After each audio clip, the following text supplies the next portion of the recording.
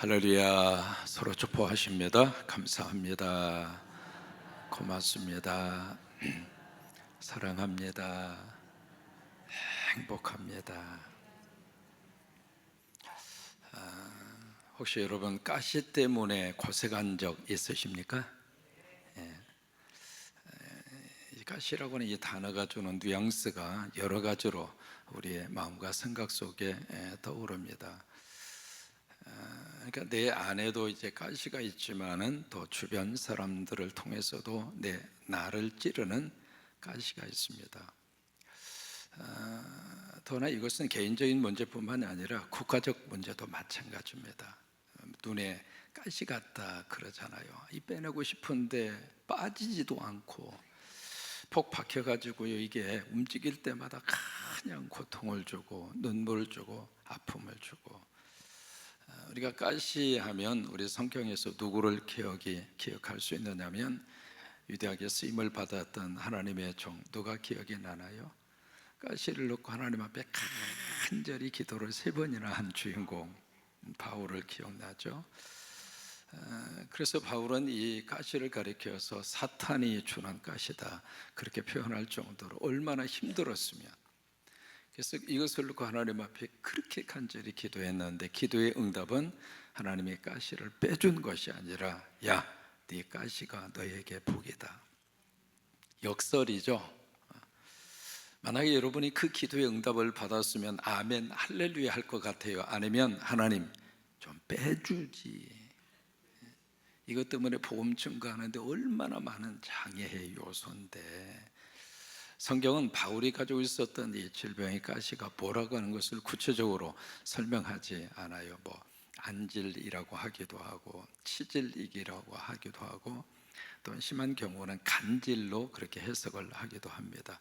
만약에 간질이라고 우리가 생각을 한다면 막 앞에서 복음을 전해요. 예수님의 이름으로 기적이 나타날지어다. 저가 채찍에 맞음으로 그대들은 나음을 받을지어다. 그 순간에 간질병이 도진 거예요. 그러면 그 설교를 듣는 그 성도들이 아멘하고 은혜 받을까요? 아니면 속으로 너나 고쳐라, 너나 고쳐라. 그래, 바울에게 있어서는 자신을 위해서까지 가시를 뽑아달라 그 생각보다는 하나님을 위해서, 복음을 위해서 이 가시를 뽑아달라고 그렇게 애절하게 기도했는데 하나님께서는 아니요, 그냥 그 가시 가지고 살아. 그 가시가 너에게는 은혜다. 그 가시 때문에 네가 하나님의 능력을 의지하고, 그 가시 때문에 네가 교만하지 않고, 그 가시 때문에 겸손하게 가득하지 하나님 앞에 쓰임 받을 수 있는 아름다운 너의 사역의 디딤돌이 될 거야. 그리고 바울에게 박힌 가시를 뽑아주지 않았습니다. 사람마다 참 그래요. 그런 가시, 그걸 다른 말로 말하면 약점이라고 표현할 수 있겠죠. 그런 것들을 다 가지고 살아요. 가시가 없는 사람은 사실 찾아보기가 어려워요. 다 가시가 있고 다른 사람에게도 가시가 있고, 그래서 가시와 가시가 만나니까 서로 찌르고 그리고 찔림을 받아요. 사람은 그래요. 누가 나한테 찌르는 것만 생각해요. 쥐가 남 찌르는 건 생각 안 해. 고슴도치 딜레마라고 하는 것을 기억하십니까? 고슴도치가 혼자 이렇게 추운 겨울 지내니까 너무 힘들어. 그래서 좀 같이 좀 의지하면 서로가 체온을 나누면서 외롭지 않게 살 수 있겠다 싶어서 추운 겨울날 고슴도치가 이제 친구를 찾아서 갔어요. 야, 우리 추우니까 같이 웅크리고 같이 좀 살자. 그래서 같이 이제 가까이 했는데 상대의 고슴도치의 이 날카로운 가시가 자기를 콕 하고 찌르는 거예요. 이놈의 자식, 내가 너 사랑해서 가까이 해줬는데 이러냐고. 근데 그 순간에 자기 가시로 상대를 찌른다고 하는 것은 생각을 안 해요. 그래서 이제 또 가까이 하니까 너무 상처를 받으니까 딱 떨어졌어요. 그때부터 나온 노래가 가까이 하기엔 너무 먼 당신. 이 고슴도치라고 하는 것은 혼자 살아요. 가시가 몇 개가 있는가? 3만 개가 있답니다. 고슴도치의 가시가. 그러니까 이게 참 딜레마예요. 가까이 하고 싶은데 찌르고 나도 찔림을 받고 떨어져 있자니 외롭고 고독하고 춥고. 이 고슴도치 안에 3만 개의 가시가 있는 것처럼 우리 안에도 3만 개, 모르겠어요, 씌워보진 않았지만 별별 가시가 다 우리 안에 있어요. 나한테도 있고 상대한테도 있고. 그래서 이게 서로 손을 잡아주는 순간에는 참 다정하고 고맙고 감사한데, 어떤 억하심정이 나타나거나 감정이 폭발하거나 속상하는 일이 있거나 그러면 그게 가시가 팍 하고 솟아나가지고 그걸로 나를 푹 찌르고, 찌르면 아야 하고 뒤로 갔다가 또 나도 상대에게 그런 가시로 찌르는 경우가 있고. 그런데 이 가시를 극복할 수 있는 방법이 있습니다. 여러분, 고슴도치가 새끼 낳을까요, 안 낳을까요?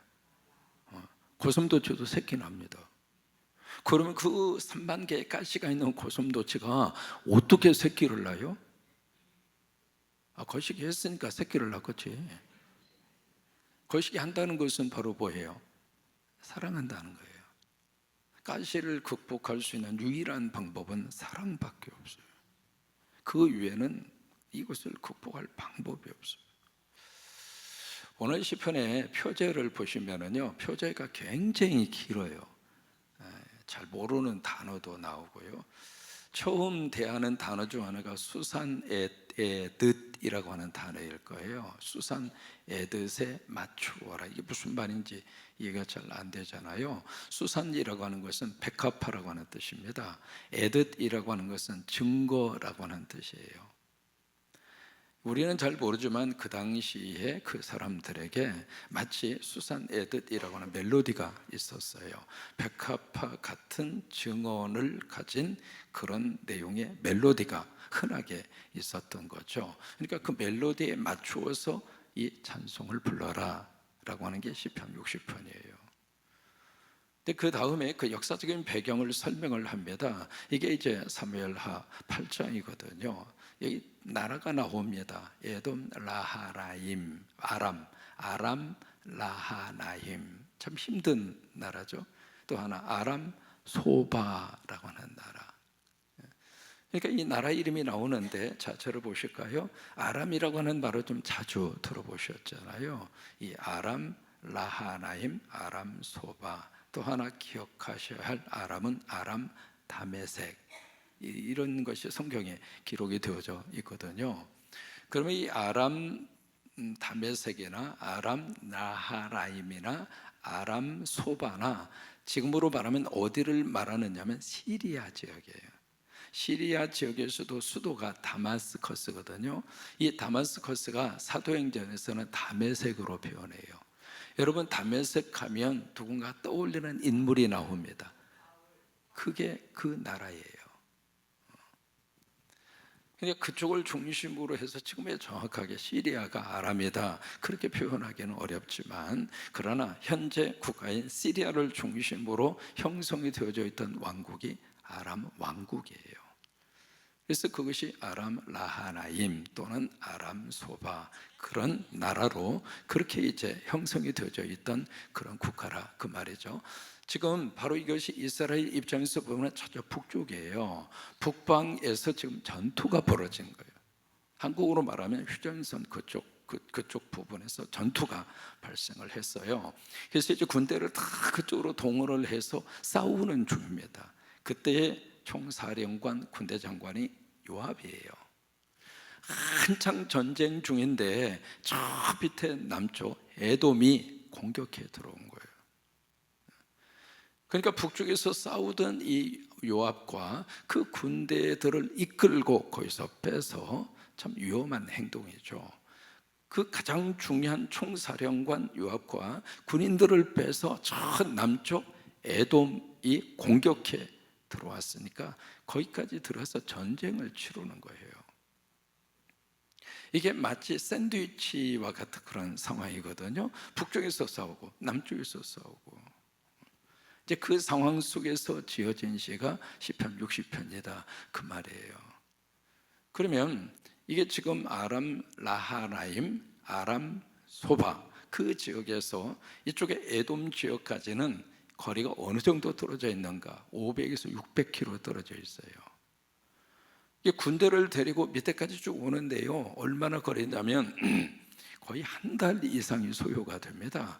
그 군대를 끌고 와서 지금 에돔과 싸우기 위해서 그 전쟁을 벌이는 그런 상황이거든요. 이 상황인데 이게 만만치 않는 전쟁이에요. 어떻게 해볼 수가 없을 정도의 그런 상황이었거든요. 그러니까 맨 처음에는 아주 고전을 면치 못합니다. 그래서 고전을 면치 못하는 그 상황 속에서 시편 60편에 다윗은 왜 우리가 이 싸움에서 이렇게 고전을 면치 못하는가, 패배의 원인을 1절에서 4절까지 기록하는 거예요. 그 패배의 원인을 어디서 찾고 있느냐면 이게 참 중요합니다. 에돔 군대가 힘이 세서 최신식 무기로 무장해서 그렇게 패배의 원인을 거기서 안 찾아요. 우리가 군사력이 열세여서 그렇게 생각하지 않아요. 이 다윗은 그 패배의 원인을 어디서 찾는가? 하나님이 우리를 치셨다, 하나님이 우리를 흩어버리셨다, 하나님이 우리를 이렇게 어렵게 하고 있다. 원인을 어디서 찾느냐면 하나님과의 관계에서 찾는 거예요. 그래서 하나님이 우리 땅을 막 흔드셔서 땅이 지금 갈라지게 해버렸고, 마치 술에 취해서 비틀거리는 것처럼 우리가 그렇게 됐다. 왜 그러는가? 하나님과의 관계가 틀어져서, 하나님과의 관계가 끼어져서. 영적인 사람은 내가 만나는 문제를 영적으로 해석합니다. 그래야 영적으로 풀어집니다. 하나님과의 관계가 바로 되어져 있지 않는데 다른 것을 아무리 제자리에 갖다 놓아도 근본적 원인이 해결되지 않아요. 그래서 하나님과의 관계에서 뭔가 우리가 문제가 있어서 이렇게 어려움을 당한다, 그렇게 분석하고 패배의 원인을 딱 한 다음에, 여러분, 원인을 알면 방법도 찾을 수 있습니다. 그렇잖아요. 그런 것처럼 다윗은 이것을 영적으로 딱 해석을 하고 그 다음에 그렇구나, 내가 하나님 붙잡으면 이 엄청난 고난 속에서, 이 전쟁에서 이길 수 있다. 그 다음부터 다윗이 뭘 했는가? 누구 붙잡았어요? 누구 붙잡았어요? 하나님 붙잡은 거예요. 그래서 계속 하나님이요, 하나님이요, 하나님이요, 그 고백이 계속 나오는 이유가 바로 그거예요.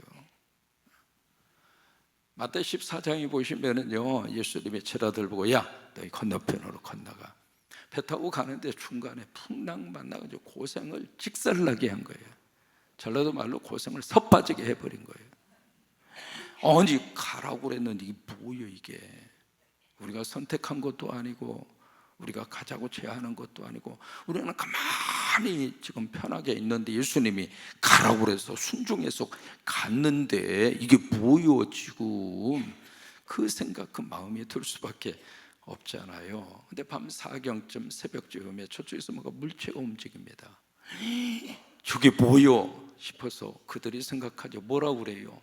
유령이다. 사람이 말이죠, 초자연적 현상을 보면 그렇게밖에는 생각을 못하는 거예요. 근데 저쪽에서 들려오는 음성이 있었죠. 두려워하지 말라, 나다.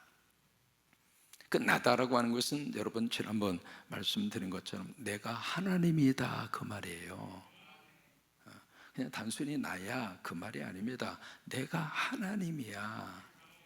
여러분, 내가 하나님이다라고 하는 그 말씀 속에 모든 것을 창조하신 분이 누구예요? 하나님이잖아요.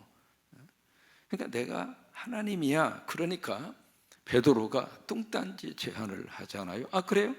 주님이 하나님이시면 나를 명하여 물 위로 걸어오라 하소서. 왜? 하나님이라면 이 정도는 충분히 하실 수 있는 분으로 베드로는 믿은 거예요. 예수님이 하나님이라면 못할 일이 없다, 그 확신이 있었던 거죠. 그러니까 나를 명하여 물 위로 내려오게 오라 하소서.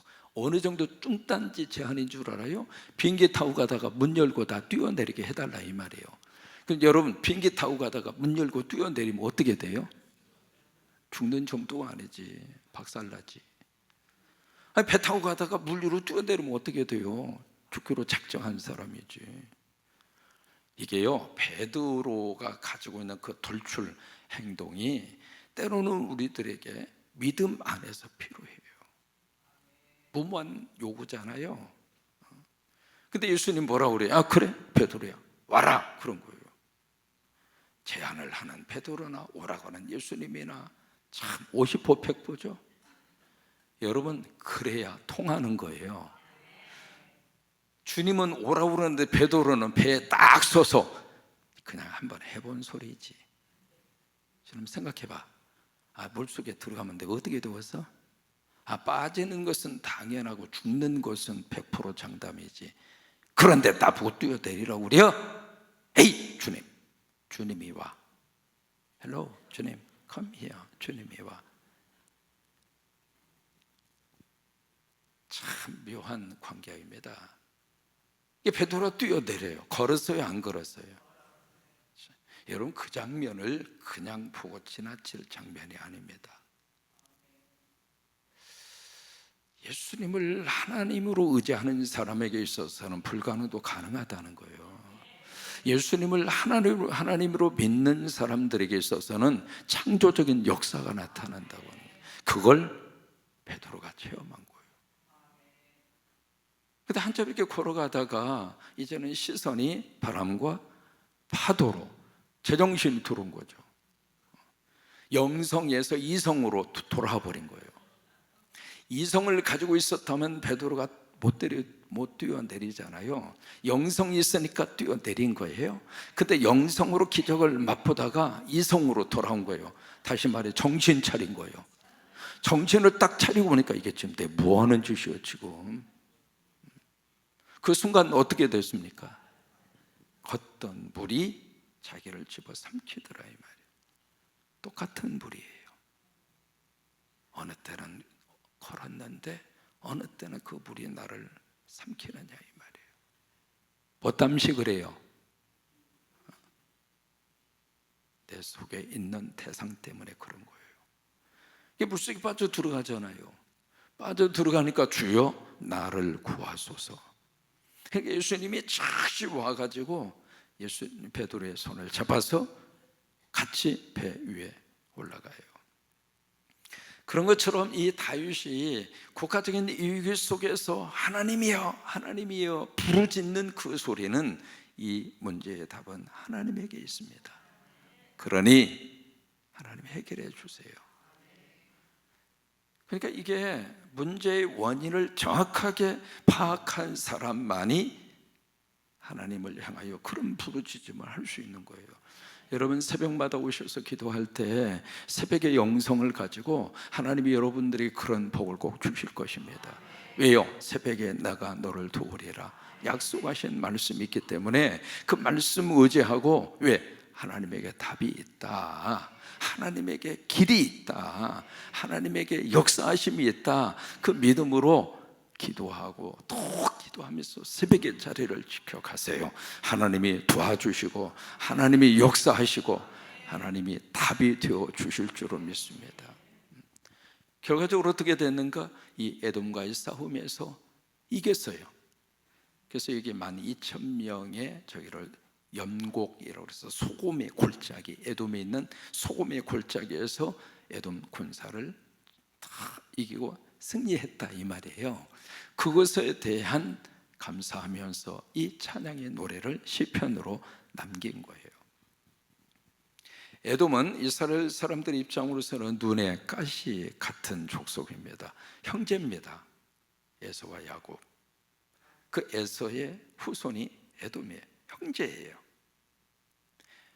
사람이 말이죠 참 묘해요. 형제지간도요 딱 등지면 왼수보다도 더합니다. 그래서 형제들도 가까이 할 수 있는 형제가 있고 좀 멀리 해야 할 형제가 있어요. 피를 나눈 관계이기 때문에 우리가 끊을 수는 없습니다. 그런데 만날 때마다 상처 주고 만날 때마다 상처받으면 뭐로 가까이요? 그러지 마세요. 그러니까 형제 중에서도 이렇게 통하는 형제가 있거든요. 여러분 그래요 안 그래요?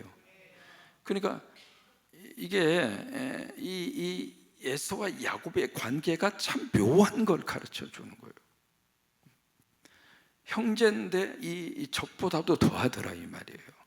이스라엘 백성들이 출애굽을 할 때 가나안을 향하여 올라가죠. 이 에돔이라고 하는 그 나라의 길을 도로, 그 도로가 킹스 로드라고 그래가지고 왕의 도로입니다. 그게 저쪽 다메섹에서 어디까지 나 있는 길이냐면 애굽의 카이로까지 쭉 나 있는 고대 도로예요. 굉장히 중요한 도로거든요. 그 도로의 한 복판에 에돔이 있어요. 그러니까 그 도로를 타고 쭉 가야 되는데 우리 좀 가게 해달라. 당신 물건 절대로 손을 대지 않겠다. 물이 필요하고 물건이 필요하면 돈 내고 사 먹겠다. 그러니 그냥 지나가기만 해달라. 그러니까 에돔이 뭐라고 그랬어요? 너 오기만 해봐. 그래가지고 군대를 가지고 동원시켜가지고 그 길을 막아버렸어요. 또 하나 이스라엘 이 예루살렘이 멸망을 할 때 옆에 있는 나라들이 참 안 됐다. 어떻게 저렇게 쫄딱 망하나. 그러면서 궁열과 불쌍히 여기는 마음이라도 가졌는데 이 에돔 사람들은 막 박수를 치면서 꼴 좋다. 잘 망했다. 나중에 이 예루살렘에서 피난 온 이 에돔까지 피난 온 사람들을 잡아가지고 갔다가 그냥 적에게 넘겨버리는.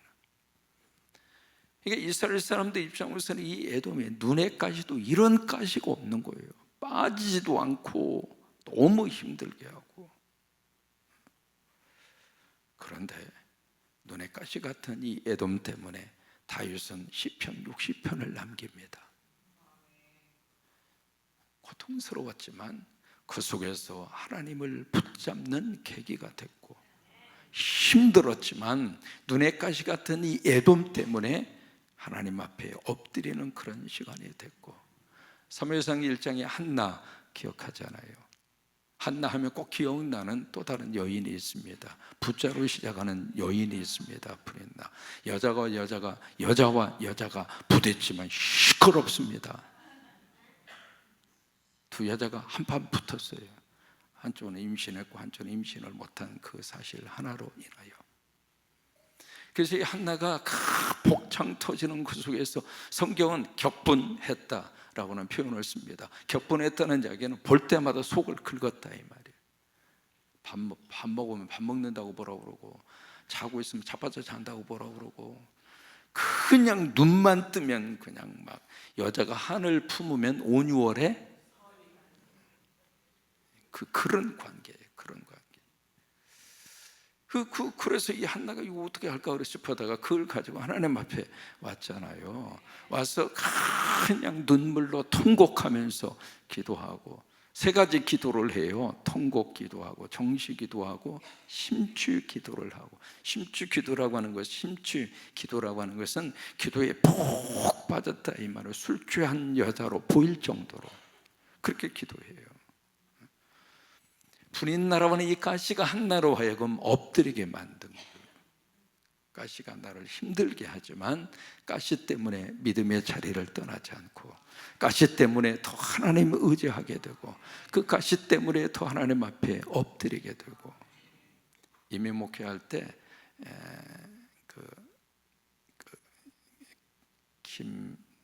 이름이 김필수예요. 이름이 필수. 참 재밌는 분이에요.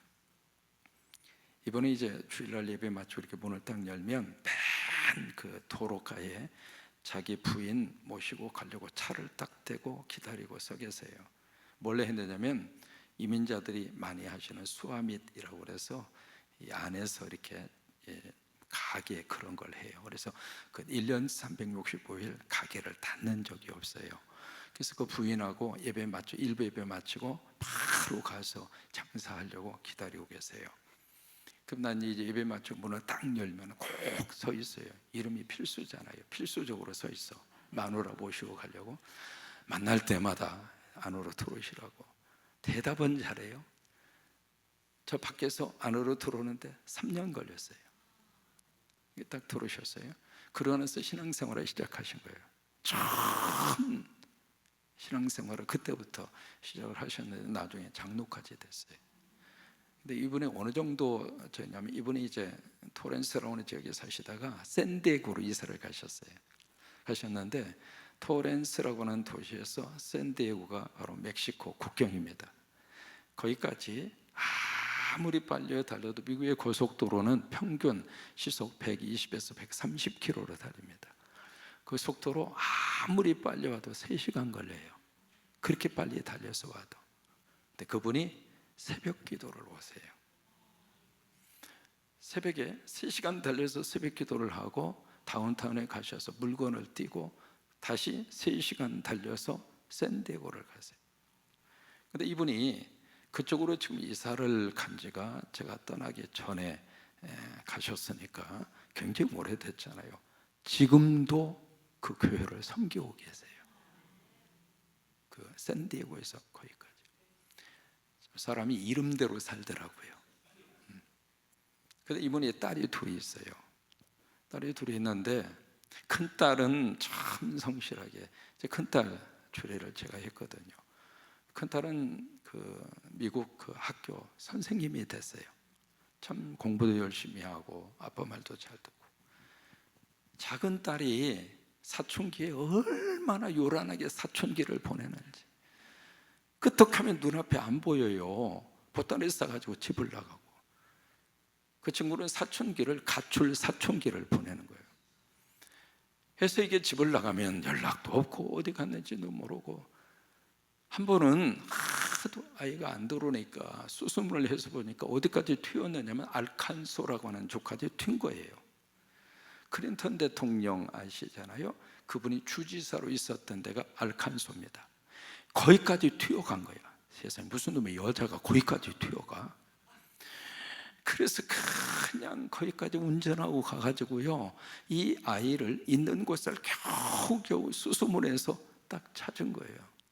찾았는데 보통 아이 같으면 아무리 사춘기가 아니라 오춘기를 겪어도 아버지가 거기까지 몇 날 며칠 잠을 안 자고 운전해서 거기까지 왔거든요. 그러면 미안해서라도 아빠하고 다가올 거예요. 그런데 얼마나 이 아이가 사춘기가 심했던지 거기까지 찾아간 아빠의 얼굴을 보고 싹 돌아서서 다른 데로 도망가 버린 거예요.